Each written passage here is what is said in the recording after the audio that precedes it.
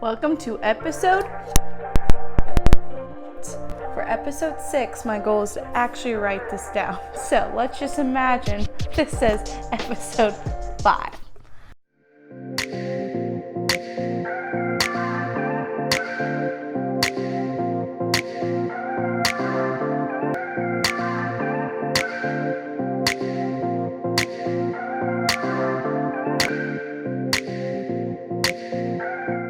So in this episode, I'm going to teach you how to name your business or your brand or your service or your Instagram or your blog, whatever you're working on right now. I'm going to be teaching you how to come up with a business name. So if you're sitting on the other side of this camera and you're like, ugh, I don't like my name right now and I want to rebrand, but I'm scared, I just want to say it's a-okay.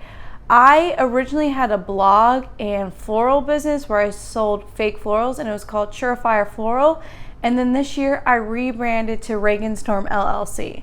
And I'm going to dig deeper on how I transitioned, but I just want to say it's fine if you feel like you're ready to change your name.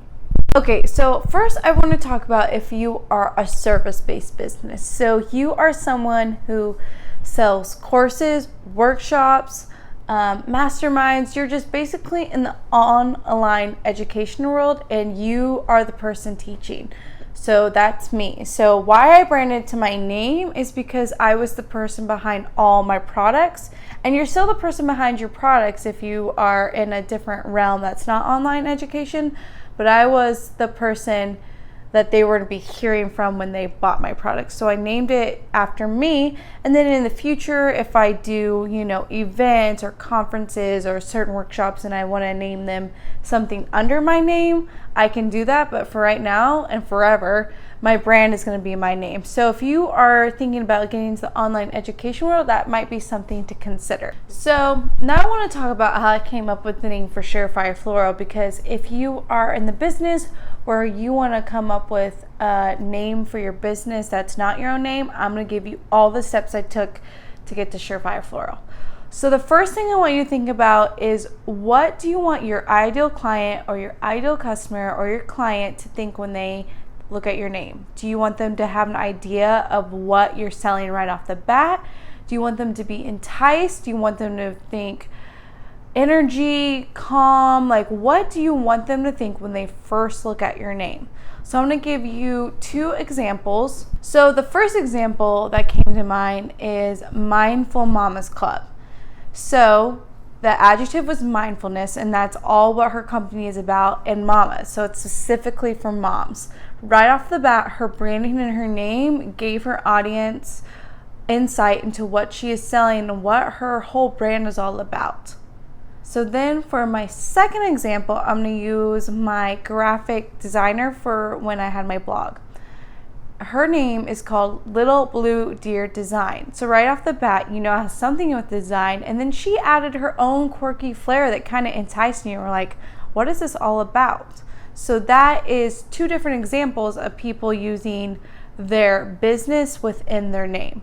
So for me, I knew I wanted people right off the bat to know it was flowers. So I knew no matter what, I was going to use flowers or floral or something so that my customers would know, and like the people visiting my website would have an idea of what I was all about right from the get-go. Now I'm going to give you some groundbreaking advice.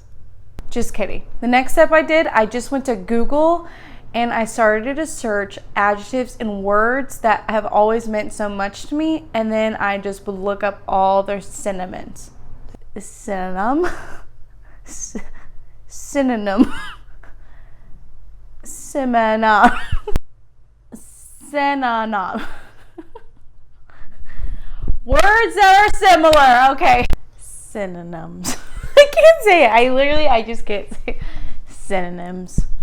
So when you're on Google and you're looking up these words, I want you to make a huge list. Like, this is not a time for you to overthink. I just want you to compile tons of words that like really stood out to you, that you clicked and you loved your definition. Because after you have a list of all those words, I want you to start combining them with your main base. So your design, your video, your whatever that looks like for you. And I want you to circle your top 10 that you really liked, and then I want you to send them to friends and family and people you trust. Maybe do an Instagram poll and see which ones are relating to people, which are exciting people. And after you have those top 3, what you need to do is you need to go to GoDaddy.com and you need to make sure your domain's even available. The interweb is huge, so make sure you do have a couple options, because when I was choosing my name, I had a ton of different things and a lot of them were actually taken. So not to scare you, but just have a couple options that you really like and make sure that they are good to go. So some things you need to remember when you are creating your name is that it needs to be easy to spell, easy to remember, and no like weird symbols or punctuation in the middle of it. Because if people can't spell it, if people can't remember it, people aren't going to visit your site, or people aren't going to come to your Instagram page. Like, it just needs to be easy to type in. It just needs to be something that just rolls off the tongue. So don't make it overcomplicated. That just will make everything else complicated. My final piece of advice to you is don't get stuck on naming your business. Just choose a name and move on, because it's not the name of your business or your beautiful branding with your business that makes your business remarkable and it makes your business grow. You are the reason your business grows. It's your messaging. It's how you take care of your customers. It's how you show up every day. It's how you add value. So if you feel like you are just not moving forward because of a name, I want to give you homework. I want you to choose a name within the next week and a half, and I want you just to go for it and not overthink it.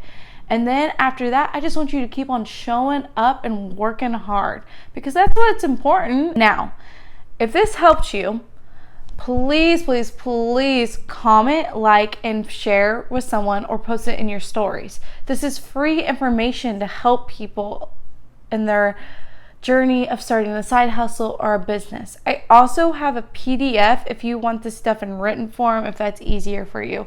All you have to do is come send me a message, and I would more than love to send it to you.